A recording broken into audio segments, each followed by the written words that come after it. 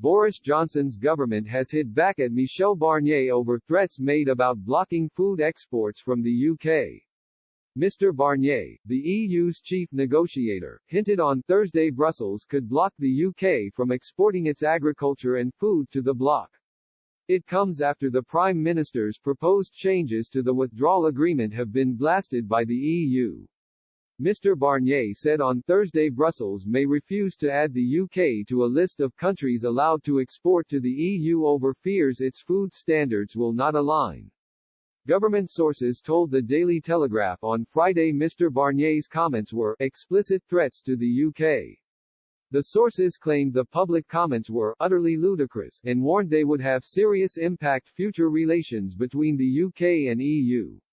Ministers are understood to be making contingency plans should the EU block the UK from exporting its food to the bloc.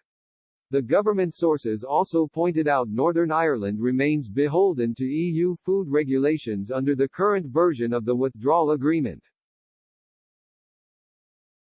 They suggested to the Daily Telegraph this could lead to complications for goods heading to mainland Britain in the event of a no-deal Brexit.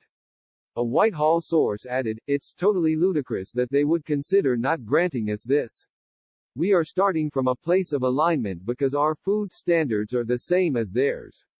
It would be extraordinary to withhold something like this. It's a tool of leverage basically." Another government source added food exports between the UK and EU is the absolute basis for a relationship.